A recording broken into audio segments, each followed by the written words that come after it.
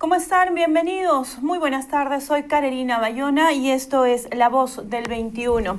Bien, estamos en comunicación con el exministro de Energía y Minas, don Carlos Herrera Descalzi, con quien vamos a dialogar y vamos a intentar entender una vez más al jefe del gabinete, al premier Guido Bellido. El premier ha indicado que se va a renegociar un contrato ley, un contrato de Estado con la empresa que explota el gas. Buenas tardes, ¿cómo le va, don Carlos? Muchísimas gracias por su disposición. Bienvenido. Buenas tardes, Carolina. Muchas gracias por la invitación. Quedo a sus órdenes. Cuando Guido Bellido indica de que se va a renegociar las utilidades, ¿qué es lo que intenta decir? ¿Esta renegociación la puede plantear un premier, además vía Twitter? ¿Esto es atribución del Ejecutivo o quién puede renegociar este tipo de contratos? No, evidentemente es atribución del Ejecutivo, lo puede hacer el Ejecutivo. Lo natural sería que quien lo anunciase fuese más bien el ministro de Energía y Minas, porque es el encargado del sector, ¿no? Porque aquí lo que estaría ocurriendo es que un tema que es sectorial pasaría a ser negociado por el primer ministro. Pero en este tema, la primera impresión que tengo es que al menos por la expresión que ha habido, que hay muy poco conocimiento respecto a lo que se quiere hacer. Si uno quiere hacer una renegociación, tiene que partir de ciertas bases, tiene que haber estudiado el tema, tiene que haber visto, quieren ellos participar sobre las utilidades, entonces tendrían que establecer que las utilidades son muy altas en comparación a otras empresas, etcétera. No creo que hayan hecho absolutamente nada de eso. Y segundo, cuando uno va a renegociar las utilidades de una empresa, entonces tendría que tener una propuesta al respecto. ¿Cómo es en el caso de Camisea? Camisea es una licencia que le da el Estado a un grupo de compañías que como compañía conjunta se llama Consorcio Camisea. Está firmados los varios contratos que existen al respecto. Uno de ellos es el contrato de explotación del campo de lote 88. Entonces, ese es un trato que se gestionó en el periodo 98-2000, que se suscribió el 9 de diciembre del año 2000, y que en ese documento que se suscribió en el 9 de diciembre del año 2000 se miraron para adelante 40 años, ¿no? Porque la licencia vence en el año 2040. Entonces, en esos momentos se establecieron las condiciones entre las partes, el Estado por un lado y la empresa licenciataria por el otro lado, sobre cómo iban a ser los términos para negociación.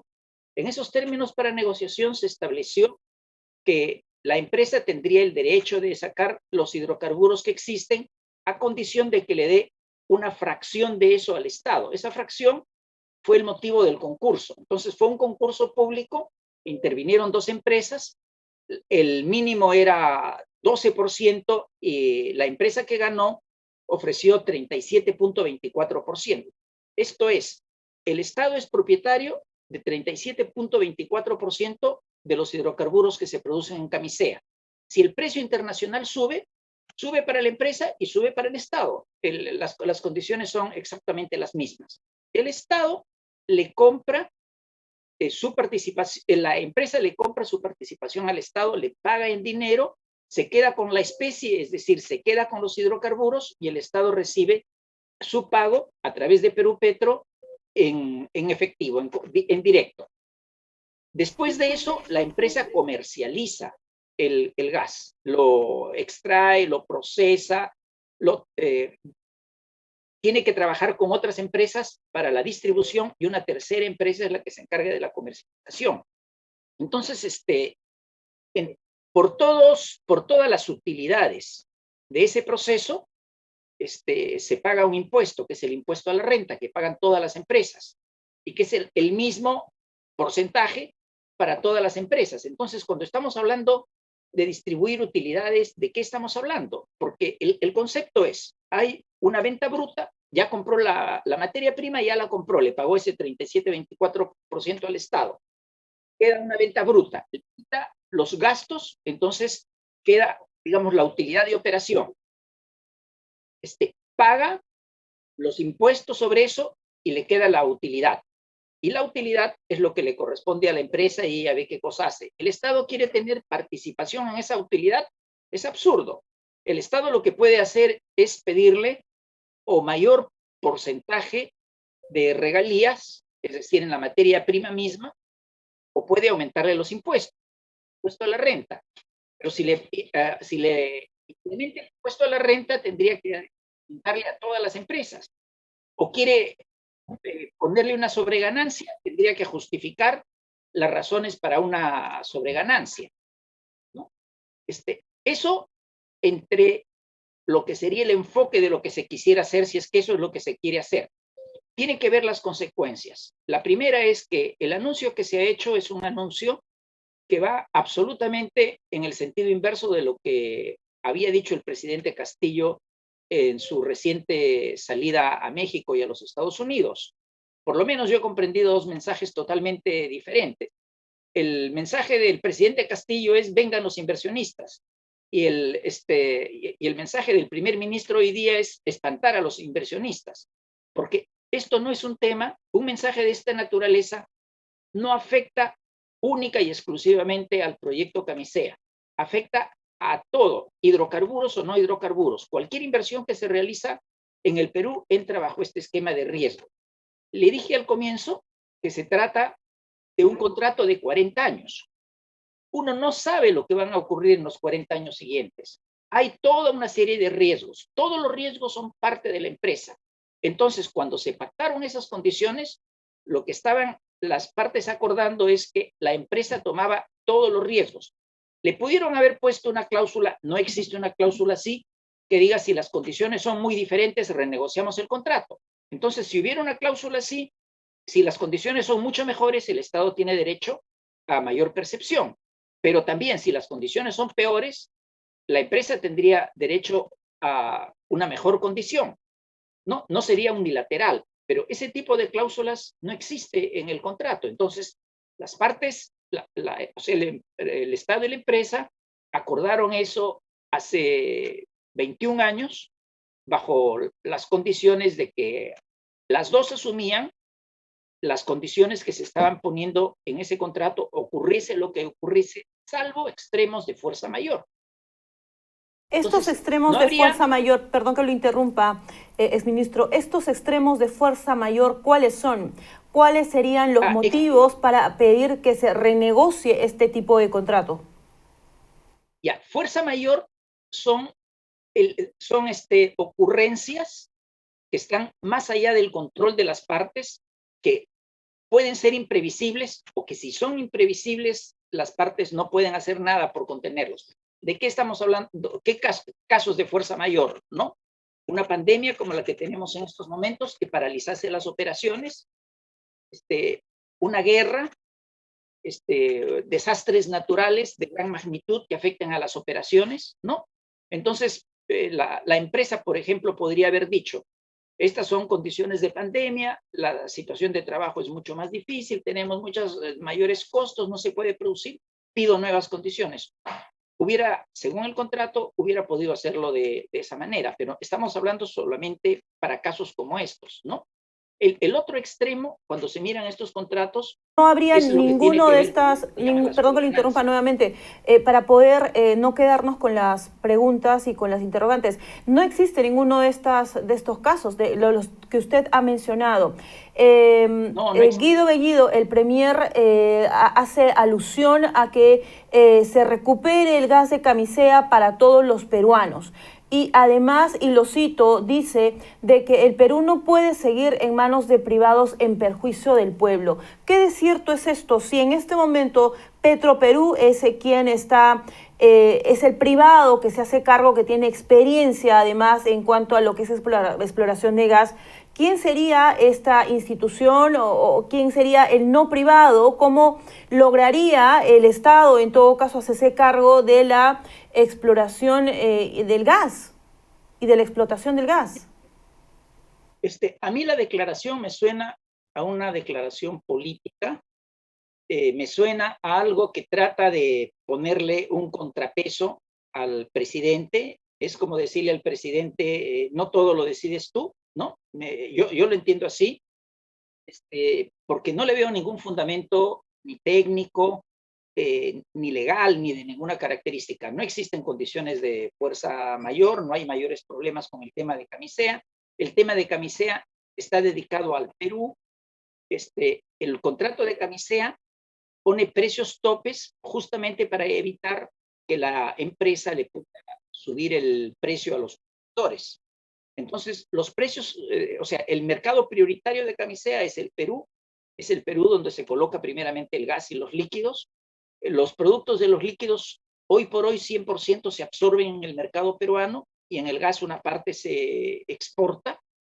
Y los precios para el consumidor peruano, en el caso del gas, están regulados, es decir, tienen un tope.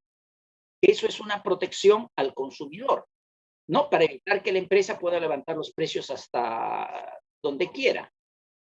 Entonces, no veo en ese sentido mayores dificultades. No sé en qué este contrato o este proyecto tendría que ser diferente a los otros. O sea, yo solamente encuentro una razón política, no encuentro ninguna razón técnica ni económica vinculada al tema. Es más, el lineamiento de política que leo en las declaraciones y en la presentación que hace el ministro de Energía y Minas al Congreso indica que quieren fomentar la masificación del gas.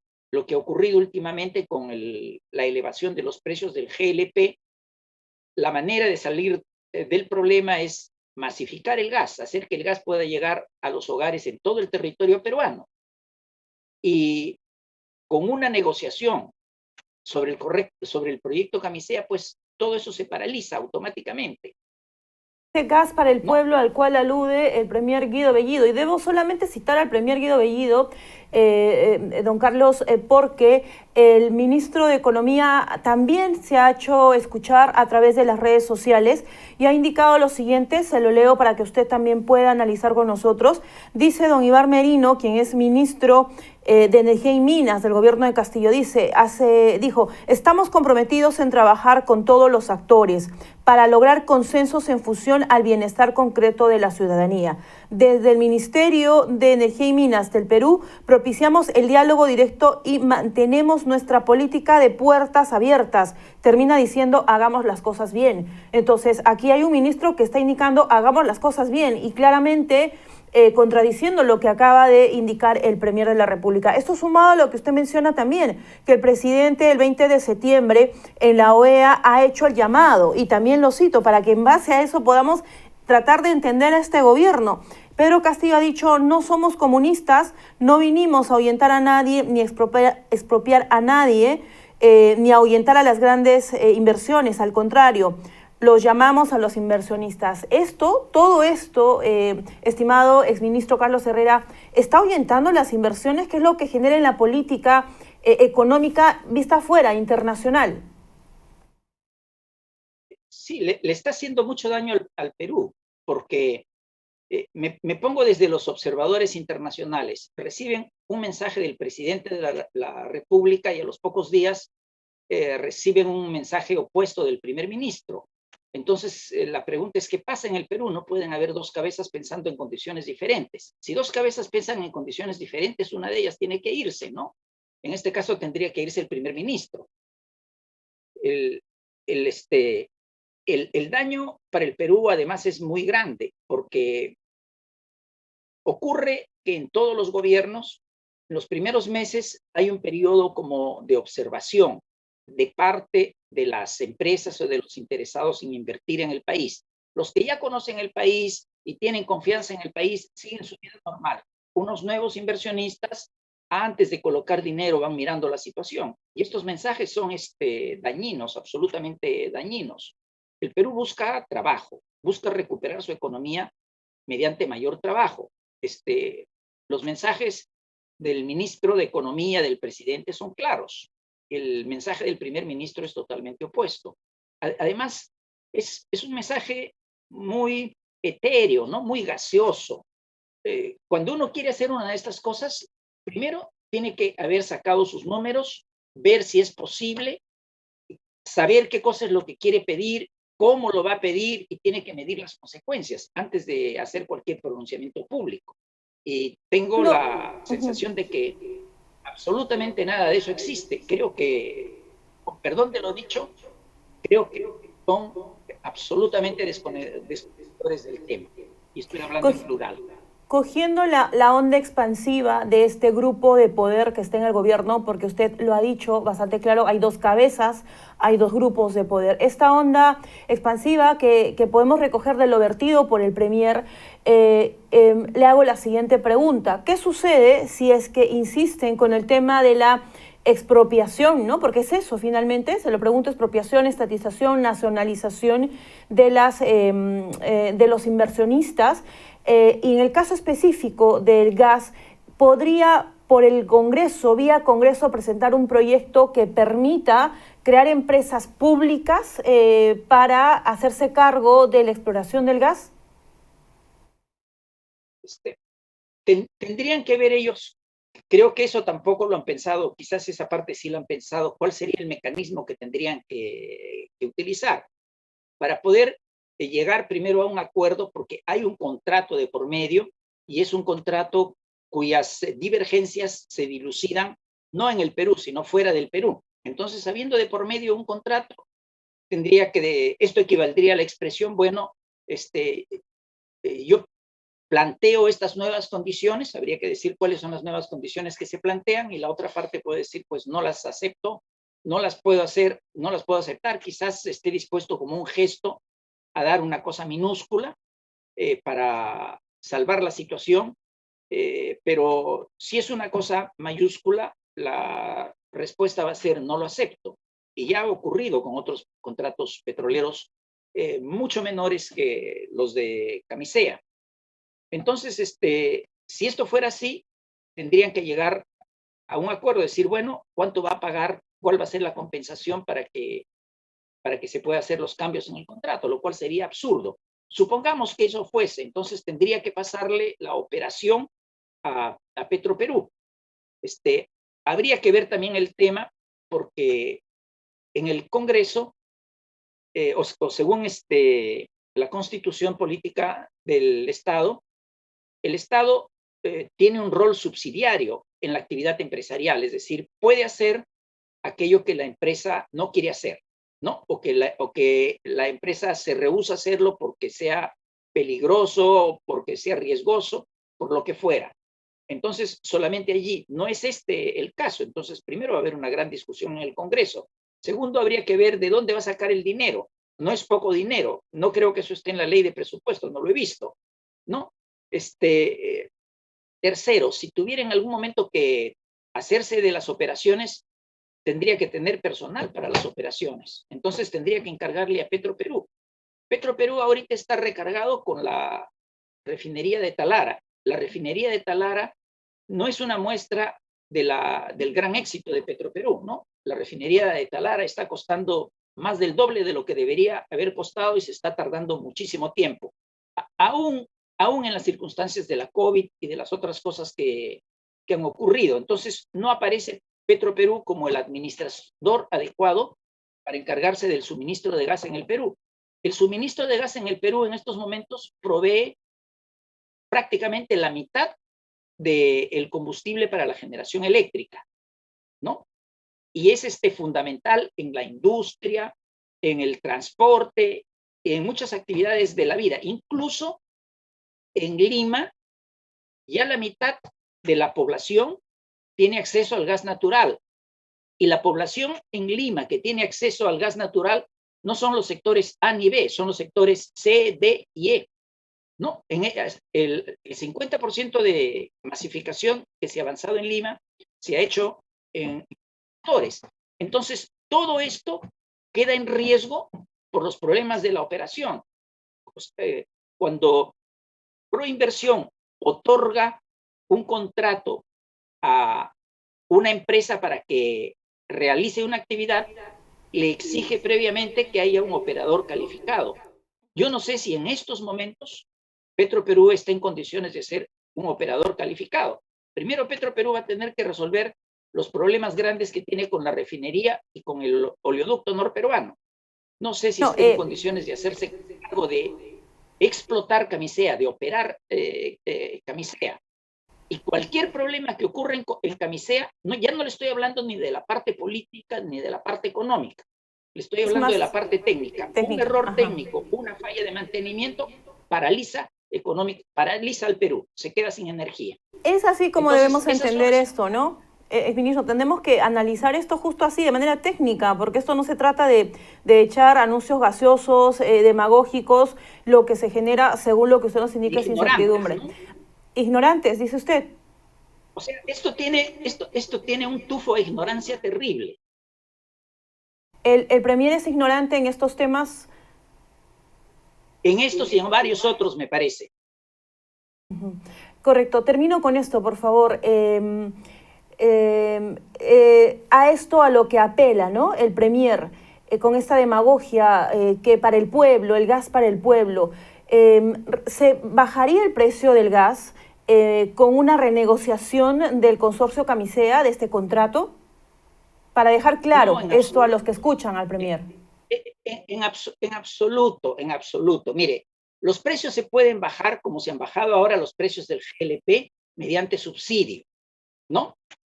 Respecto al GLP, nos han dicho que hay un fondo de amortización, etcétera. Esa es la figura, pero la realidad es que es un subsidio, porque no hay forma de que el dinero que se está dando para hacer que estos precios bajen pueda después retornar.